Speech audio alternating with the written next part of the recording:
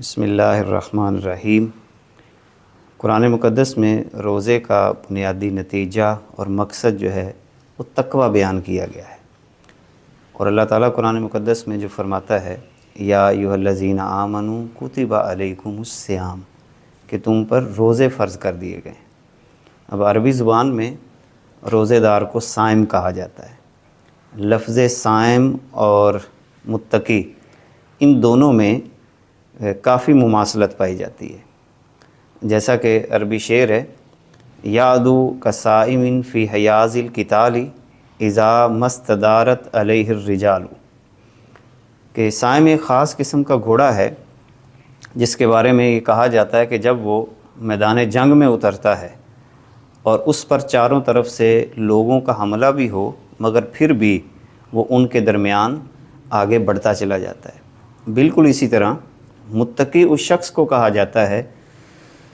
المتقی من یتقی امن درہ فی الآخرہ، کہ ہر وہ بندہ جو ہر اس چیز سے بچے جو آخرت میں اسے نقصان پہنچاتی ہے۔ اب دوران روزہ اسی پریکٹس سے گزارا جاتا ہے کہ ایک انسان اپنی خواہشات کو روک لیتا ہے، نفسانی خواہشات جو اس کی طبیعت میں عمومی طور پر پیدا ہوتی ہیں، اور بالخصوص کھانا ہے، پینا ہے، ازدواجی تعلقات ہیں، دوران روزہ انسان اس سے باقاعدہ طور پر رکتا ہے اور اس کی پریکٹس جو ہے وہ اپنی طبیعت پہ لازم کرتا ہے۔ اب گویا کہ یہ پریکٹس اس سے تقوی کے حصول میں معاون ثابت ہوتی ہے۔ یہی وجہ ہے کہ جو بندہ روزے کے تمام لوازمات کو مکمل کرتا ہے تو رب ذوالجلال اس کی طبیعت میں تقوی کا نور پیدا کر دیتا ہے۔ نبی کریم صلی اللہ علیہ وسلم ارشاد فرماتے ہیں کہ کل قیامت کے دن روزہ جو اللہ کی بارگاہ میں سفارش کرے گا تو وہاں پر جو وجہ بیان کرے گا وہ وجہ کیا ہوگی؟ کہے گا اے ربی، اے میرے رب، منعتہ الطعام والشہوات بالنہار، کہ میں نے تیرے اس بندے کو دن کے وقت کھانے پینے سے روکے رکھا اور شہوات سے روکے رکھا۔ گویا کہ جو بندہ بھی دوران روزہ کھانے پینے یعنی نفسانی خواہشات اور جتنی بھی شہوات کے حملے ہیں ان سے اپنے آپ کو محفوظ بنا لیتا ہے تو وہی بندہ بنیادی طور پر روزے کے مقصد کو حاصل کرتا ہے، اور جب روزے کا مقصد حاصل ہو جاتا ہے تو انسان کی طبیعت میں تقوی کا نور پیدا ہو جاتا ہے۔ جب انسان روزہ رکھنے کے بعد تقوی کا نور حاصل کر لیتا ہے تو تقوی کے مظاہر میں سے ایک بنیادی مظہر جو ہے وہ صبر ہے، اور یہ اگر کیفیت دیکھی جائے تو قرآن مقدس کے اندر اللہ تعالیٰ نے تقوی کے حصول کے بعد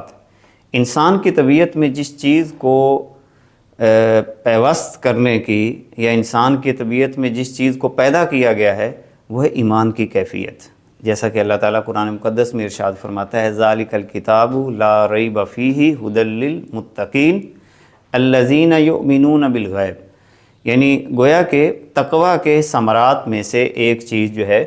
وہ ایمان بالغیب ہے، اور ایمان بالغیب جب انسان کی طبیعت میں آتا ہے تو اس وقت بہت سارے خصائص اور خوبیاں جو ہیں وہ انسان کی طبیعت میں پیدا ہوتی ہیں۔ ان خصائص میں سے ایک خصوصیت جو ہے وہ صبر ہے۔ اب صبر جو ہے یہ مختلف نوعیتوں کا ہوتا ہے، اور اگر روزے کا پورا پس منظر دیکھ لیا جائے اور صبر کے جو مراحل اللہ تعالیٰ نے قرآن مقدس میں مختلف مقامات پہ بیان کیے ہیں ان مراحل کو دیکھا جائے تو یہ بات واضح ہوتی ہے کہ روزہ اور صبر جو ہے یہ آپس میں ایک دوسرے کے پیرالل چلتے ہیں، ساتھ ساتھ چلتے ہیں، جیسا کہ اللہ تعالیٰ قرآن مقدس میں ایک مقام پہ ارشاد فرماتا ہے وَبَشِّرِ الصَّابِرِينَ الَّذِينَ اِذَا أَصَابَتْهُم مُّصِيبَةٌ قَالُوا إِنَّا لِلَّهِ وَإِنَّا إِلَيْهِ رَاجِعُونَ۔ گویا کہ روزے دار کے اندر جب صبر پیدا ہوتا ہے تو اللہ تعالیٰ کی طرف سے آنے والی کسی بھی قسم کی آزمائش پر وہ شکوہ نہیں کرتا، وہ شکایت نہیں کرتا، بلکہ وہ ایک ہی جملہ بولتا ہے اِنَّا لِلَّهِ وَإِنَّا إِلَيْهِ رَاجِعُونَ۔ اسی طرح جب انسان کی طبیعت میں صبر پیدا ہوتا ہے تو سورہ یوسف کے اندر بڑی خوبصورت بات کی گئی اِنَّهُ مَن يَتَّقِ وَيَصْبِرْ فَإِنَّ اللَّهَ لَا يُضِيعُ أَجْرَ الْمُحْسِنِينَ۔ حضرت یوسف علیہ السلام نے اپنے بھائیوں سے مکالمہ کرتے ہوئے جب یہ بات کی تھی اور پچھلی کہانی یاد دلائی کہ تم نے میرے ساتھ کیا کیا، آزمائشوں میں ڈالا، کنویں میں ڈالا، اور میں پورے آزمائشوں کے مراحل سے گزرتے ہوئے اللہ تعالیٰ نے مجھے کس مقام پر پہنچا دیا۔ تو وہاں پر اصول یہ بیان کیا کہ جو بندہ بھی انہو من یتقی و یصبر فإن اللہ لا یضیع اجر المحسنین، اللہ تعالیٰ جو ہے وہ محسنین کے اجر کو ضائع نہیں کرتا، اور محسن کے مقام تک پہنچنے کے لیے انسان کو صبر اور حلم کی کیفیت سے گزرنا پڑتا ہے۔ تیسری بات، جب انسان کی طبیعت میں صبر پیدا ہوتا ہے تو اس کی طبیعت کے اندر معاملات کو آسن انداز کے ساتھ، جو الجھے ہوئے معاملات ہوتے ہیں ان کو پوری حکمت عملی کے ساتھ بہتر بنانے کا اللہ تعالیٰ سلیقہ بھی عطا فرما دیتا ہے۔ جیسے اللہ تعالیٰ سورہ فصلت کے اندر ارشاد فرماتا ہے وَلَا تَسْتَوِي الْحَسَنَةُ وَلَا السَّيِّئَةُ ادْفَعْ بِالَّتِي هِيَ أَحْسَنُ۔ تو یہاں پر اللہ تعالیٰ نے یہ کیفیت یہ بیان کی کہ جس بندے کی طبیعت میں صبر ہوتا ہے وہ دفاع کرتا ہے کسی بھی معاملے کا آسن انداز کے ساتھ، یعنی حکمت عملی کے ساتھ۔ گویا کہ صبر جو ہے یہ انسان کی طبیعت میں حکمت عملی کا نور بھی پیدا کر دیتا ہے۔ اور پھر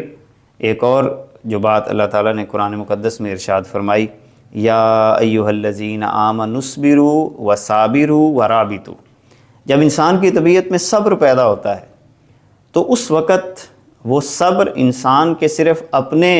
دائرہ کار تک محدود نہیں ہوتا، رب ذوالجلال فرماتا ہے کہ دوسروں کو بھی آپ نے صبر کا فن سکھانا ہے، یعنی باہمی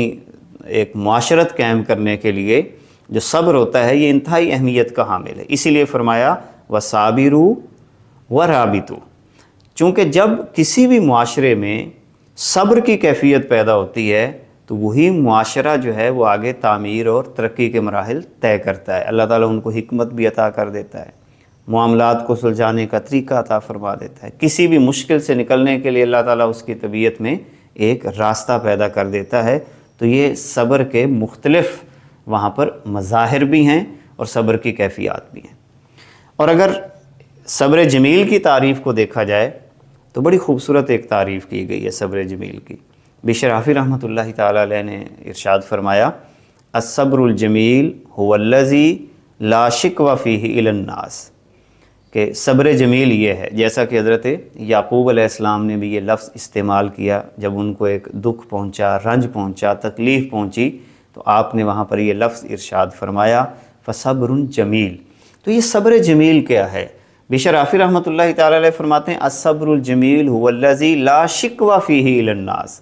کہ جب انسان کی زبان پر لوگوں کا شکوہ ختم ہو جائے اور وہ اپنی منزل کی طرف نگاہ رکھے، یعنی اللہ تعالیٰ کی ذات کی طرف نگاہ رکھے اور اللہ تعالیٰ کی ہی ذات کے ساتھ وہ محبت رکھتا ہے، اسے کسی سے کوئی شکوہ نہیں ہوتا، وہ ہر حالت میں اللہ کی رضا پہ راضی رہتا ہے، تو یہ وہ پھر آخری مقام ہے کہ اللہ تعالیٰ اسے صبر جمیل کی کیفیت جو ہے وہ عطا فرما دے۔ ایک اور بنیادی سوال جو روزے کے حوالے سے کیا جاتا ہے کہ روزے کا صحت کے ساتھ کیا تعلق ہے، انتہائی اہم سوال ہے، اور اس کا ایک سادہ سا جواب میں عرض کروں گا حدیث کی روشنی میں۔ نبی کریم صلی اللہ علیہ وسلم نے ارشاد فرمایا کہ قیامت کے دن جب نعمتوں کے سوالات کی باری آئے گی کہ اللہ تعالیٰ نعمتوں کے بارے میں پوچھے گا، تو نعمتوں میں سب سے پہلے دو نعمتوں کے بارے میں سوال کیا جائے گا۔ پہلی نعمت صحت کے بارے میں سوال ہوگا اور دوسری نعمت پانی کے بارے میں سوال ہوگا۔ اب گویا کہ روزہ جو ہے یہ انسان کی صحت کو بڑا خوبصورت انداز کے ساتھ مینیج کرتا ہے۔ انسان کا خالی پیٹ ہو تو بہت ساری بیماریوں سے انسان محفوظ ہو جاتا ہے، اور اسی طرح یہ بات بھی ذہن میں رکھنی چاہیے کہ روزے کا یہ مقصد بھی نہیں ہے کہ جب روزہ افطار ہو یا سحری کے وقت ہم اوور ایٹنگ کریں۔ روزے کا بنیادی مقصد یہی ہے کہ مناسب خوراک کھا کر اپنی طبیعت کو متوازن رکھیں، کیونکہ صحت جو ہے یہ ایک بڑی قیمتی شے ہے، اور رب ذوالجلال نے اس کو اتنا قیمتی بنایا ہے کہ قیامت کے دن نعمتوں میں سب سے پہلے صحت کا سوال ہوگا۔ لہٰذا ہر وہ چیز جو انسانی صحت کو برباد کرے، وہ اوور ایٹنگ کی شکل میں ہو، ایسی غذا، مرغن غذائیں بعد دفعہ ہم زیادہ کھا لیتے ہیں، ایسی غذا جو انسانی بدن کو نقصان پہنچائے، ایسا مشروب جو انسانی بدن کو نقصان پہنچائے،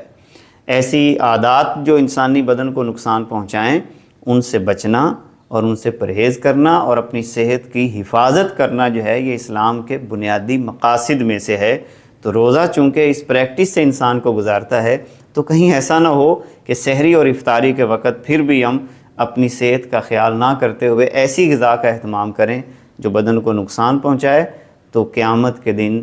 ہر وہ شے جو بدن کو نقصان پہنچائے گی اس کے بارے میں بھی وہاں پر سوال کیا جائے گا۔ لہٰذا کوشش کی جائے کہ روزے کے دوران جو ہے یا سحری اور افطاری کے وقت جو ہے اپنی غذا کو بھی متوازن کیا جائے تاکہ روزے کے حقیقی ثمرات کو حاصل کیا جا سکے۔